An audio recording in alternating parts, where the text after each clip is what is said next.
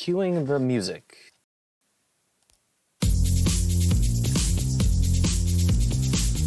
All right there. Hey, data lovers, and welcome to another I Love Data Fridays here at the International Data Evaluation Center on the campuses of The Ohio State University. And ladies and gentlemen, welcome to our first I Love Data Fridays of the new school year and everything, a special edition today, episode 29. Today we are going to be talking about the Reading Recovery Follow-Up Study with the researchers from the Center for Research in Education and Social Policy at the University of Delaware. And specifically, we will be talking about the Cohort 3 data collection procedures as a part of this study. So, hey, who's talking data to you today? Well, of course, you got me, Jeff Breimer-Bashore, Director of IT and Operations here at IDEC. And I'm also being joined by our researchers from, like I said, the Center for Research in Education and Social Policy at the University of Delaware, CRESP for short. So we'll say hi to Akeisha and Allie. Hey, guys, how's it going? Going well. All right, good. All right, so here's what we're going to be doing today. We're going to, Akeisha and Allie are be giving a short presentation to give you some information about the study and the data collection, and then we'll do a short Q&A at the end of the session here.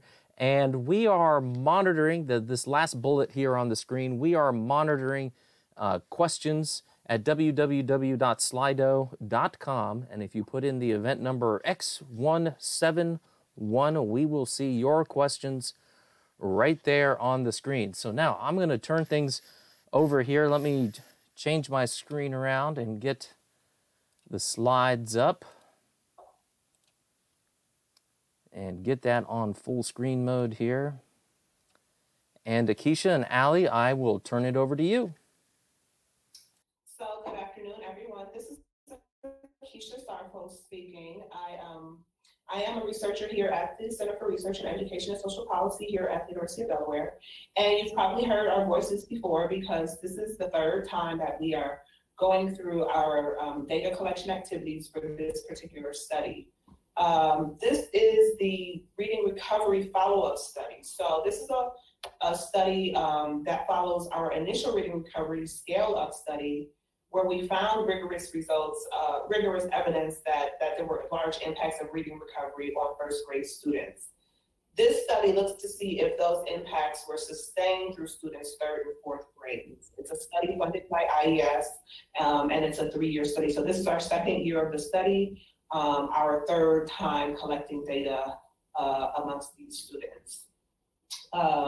So we will be collecting both pre-survey and survey data, as well as test score data for students who participated in the original I3 study, and we'll be collecting student data on both the reading recovery students and TNI students. So the schools who we have selected for each round of this particular study had at least 7 reading recovery students and 2 TNI students in each cohort year. So who will collect the data? If you are a teacher leader, you can collect it yourself, or you can designate a reading recovery teacher at the individual school to collect the data. Whoever does decide to collect the data for each school will receive a $75 Amazon gift card. Usually that's sent out 2 to 4 weeks after the end of the data collection period, or after you have submitted your data. So if you needed an extension, once we have all of the data, and you have to complete both the uploading of the test score data as well as completion of the survey data in order to receive the gift card. So as I've stated, we are in our third round of collecting data. So we're collecting data on cohort 3. So these are students who are in first grade in the 2013-14 school year. Our data collection period this time is from September, starting on Monday actually, and going through November, towards the end of November.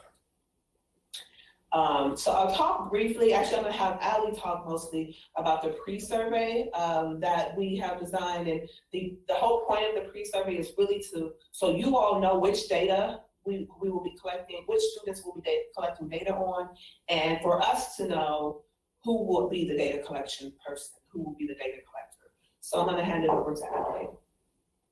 Hi everyone, this is Ali Blakeney. So I'm just going to walk you through the screens that you'll be seeing when you receive the email on Monday with the link to the survey. So the pre-survey will include a full list of names for each school that we are asking for data to be collected for. So when you click on your link, you're going to see, you're going to be taken to a page, and this is going to be the first thing you see. At the top, you'll have some written instructions on how to complete the form, as well as information on what to do if you, for whatever reason, cannot designate someone to collect data at a school. Please note that the form will not let you submit unless every box, text box on the page is filled. So if you cannot locate someone to collect the data for the school, please make sure that you put in NA, both the first and last name, as well as na@nowhere.edu for the email address. So as you can see here at the bottom, we're starting to see a little bit of what the school information will look like. So here we have school 1. In this example, we have 3 schools, and note that this will be all data that you are seeing here is example data only. When these slides get sent out at the end of our webinar, note that this will be different to reflect what your actual school and students look like. So as you can see on the front line, or on the top line, we have school number 1, Disney Elementary School, followed by a list of all of the students for that school, as well as their IDEC ID number. We are asking you to put in the first name, last name, and email address of the designee for the who is going to be receiving the survey link for the full survey, and will also be in charge of uploading data into IDEC. Please note that if you would like to get a head start on collecting that data, whether it be to start collecting test scores, or you want to start talking to colleagues about other things that will be asked in the survey, you are welcome to print out your survey, your pre-survey, so you have the list of all the names. You'll also be able to access the names after you submit the survey by going to the IDEC website. Once again, you'll have the schools as well as their corresponding students. And if for whatever reason you aren't able to locate a list of schools, you can also email us at our CREST/RR website, which is going to be listed at the end of the slides, and we're happy to provide that for you. So, so we've seen school 1, school 2 is at the bottom, and then here's just a third look at school 3. And in this case, again, we have 3 schools. So at the very bottom, there'll be a red button asking you to submit, and as soon as you submit, you'll see a screen that just says thank you for your assistance and our email address. One thing I'd just like to reiterate again, I know we've already mentioned it a couple of times, but you as a teacher leader are free to designate either yourself or someone else to be the contact for each and every school. So if you want to take over one school, but you want to have someone at the school sites take over the others, that's completely fine. However you would like to divide the labor up is completely up to you.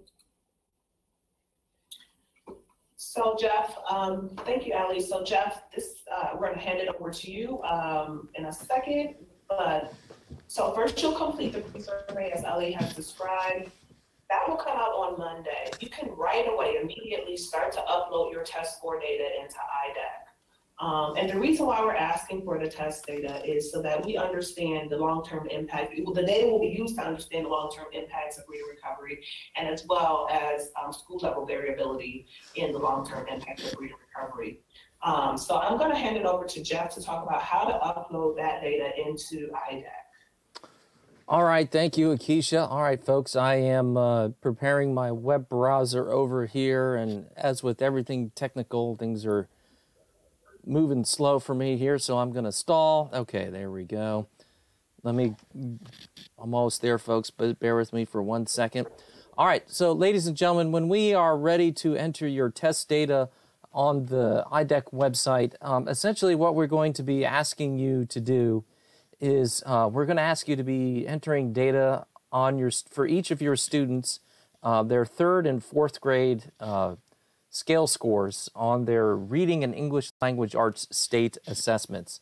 And we will be asking you to enter the name of the test and then the actual score of the test.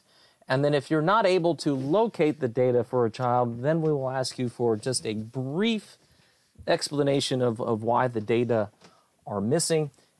We don't need a lot. It doesn't have to be like a story. Just, you can say things, child moved from school district or something like that. And that gets submitted directly on the IDEC website. So I'm going to pop over here to the website, and we're going to look on how to do that real quick. So ladies and gentlemen, what you will do is that you and your teachers will come over, they will log on to the website, they will come to our data and school assignments tab, and then if it's not already selected, they will click on the student data tab, and then they will come over here to the school year drop-down list. And for cohort 3, we are looking at kids from the 2013-14 school year. So we will select that from the website there, and the website will update. And let me scroll down here for a second. And you will notice on the far right-hand side of the page here, you have a column that says U of Delaware, short for University of Delaware follow-up. So you will see little icons underneath that. You will click on that for a student, and that will bring up the data entry page where you will enter the student's data. So you will notice that there are 6 questions here. 3 of the questions are for 3rd grade data, 3 of the questions are for 4th grade data, and they are separated into 2 columns. So for example, if we're doing 3rd grade data, the first question is asked, what was the name of the assessment? So you will type in the name of the assessment there. If no assessment was given, you simply type in none. If an assessment was given, then the next thing we want to know what the scale score was for that student. So you will type that in there. If there was no scale score, if the assessment was not given, you will leave question number 2 blank. And then number 3, you can only need to answer it if the student's score is missing. And you just briefly explain why. You can use up to 2,000 characters, but you certainly don't have to type 2,000 characters. You can simply state something like, student has moved from district, something like that. And then for the 4th grade data, which starts over here in the right-hand column, it's the same exact things. We want the name of the test. If there was no test given, you just type in none. If the student has a scale score, you type in the scale score for question number 5. And then if the score is missing, then you just briefly type in an explanation why. And then when you're done, though it's not showing on my screen here, for teachers, they will see a save button on the screen here, and they will just click save. They don't have to submit it to you for approval. They can just click save, and that's it. Now, I'm going to say, Akeisha, can you move it forward 1 slide for me?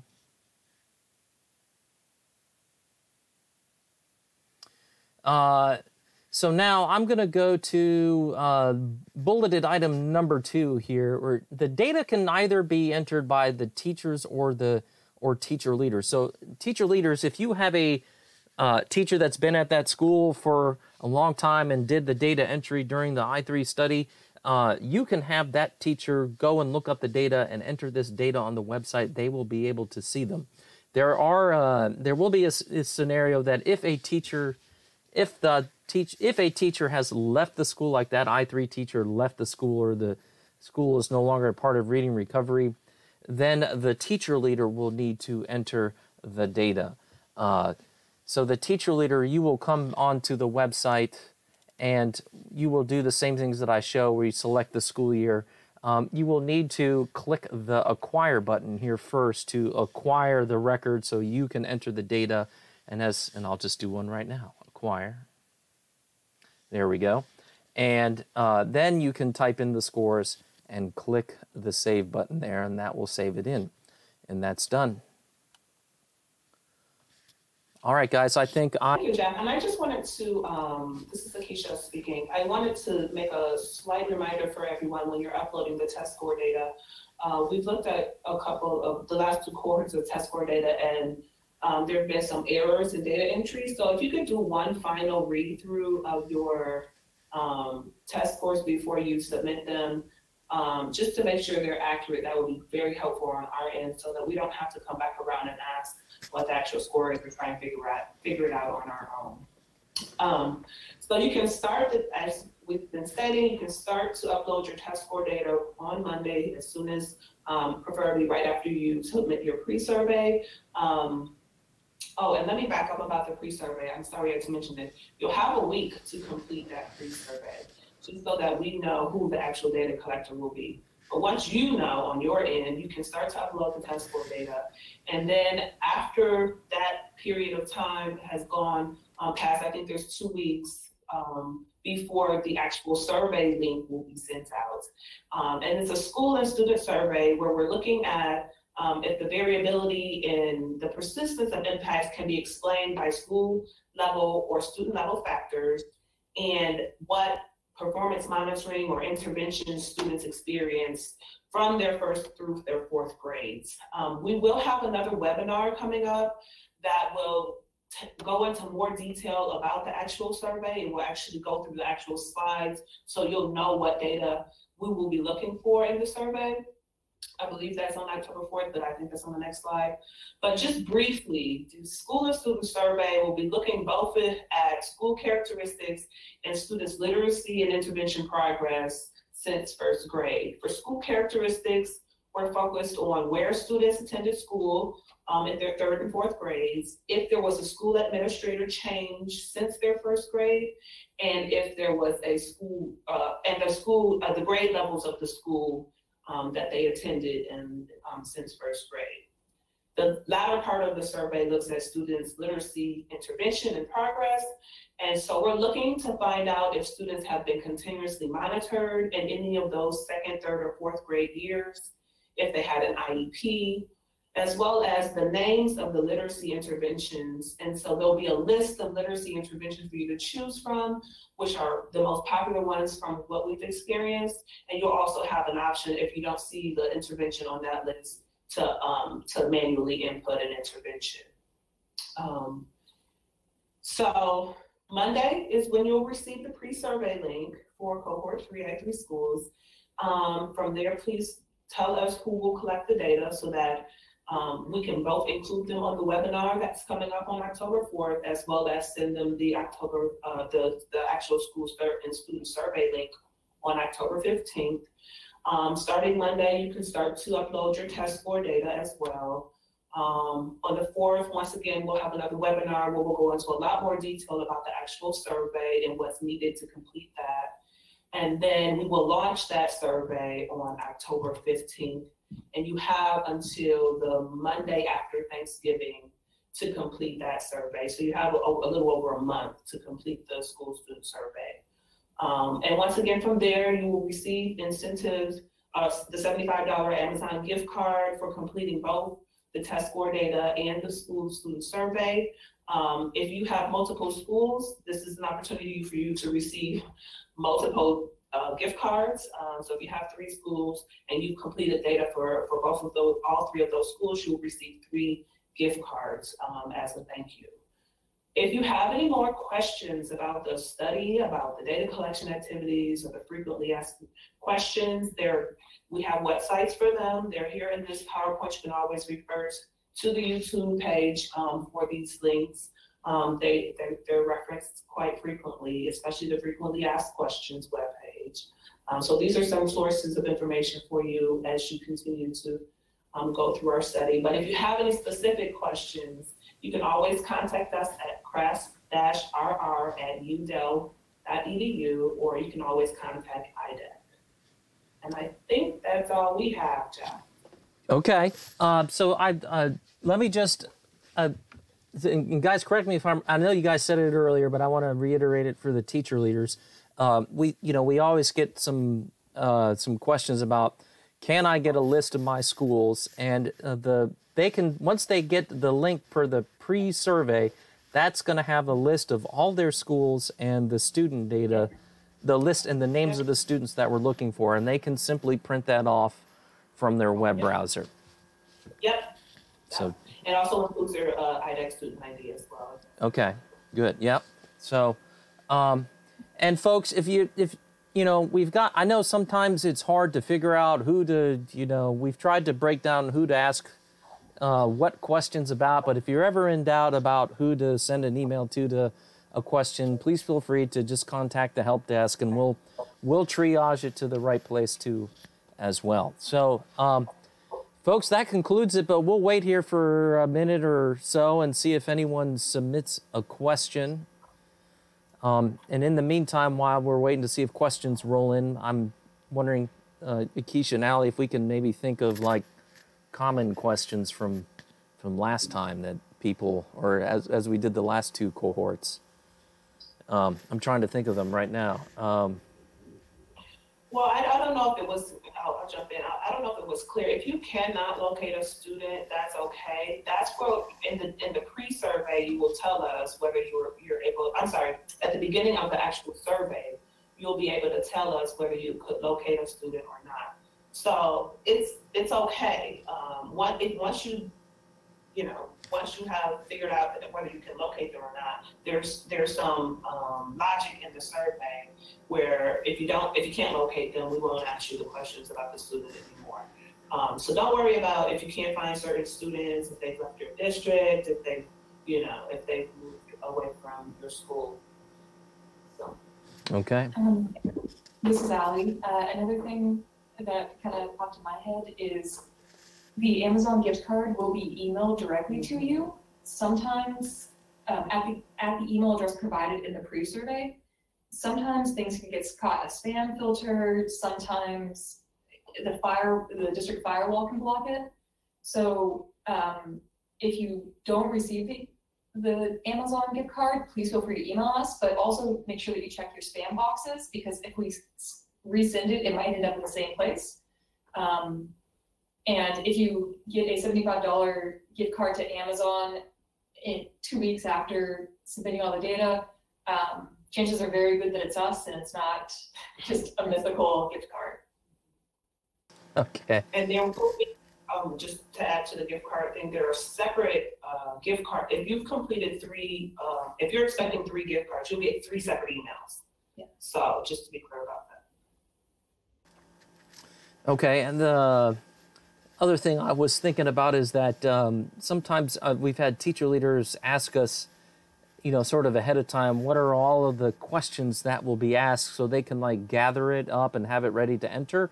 Once again, they can go to like our next webinar is going to have like an overview of the questions that are going to be asked during the surveys, right?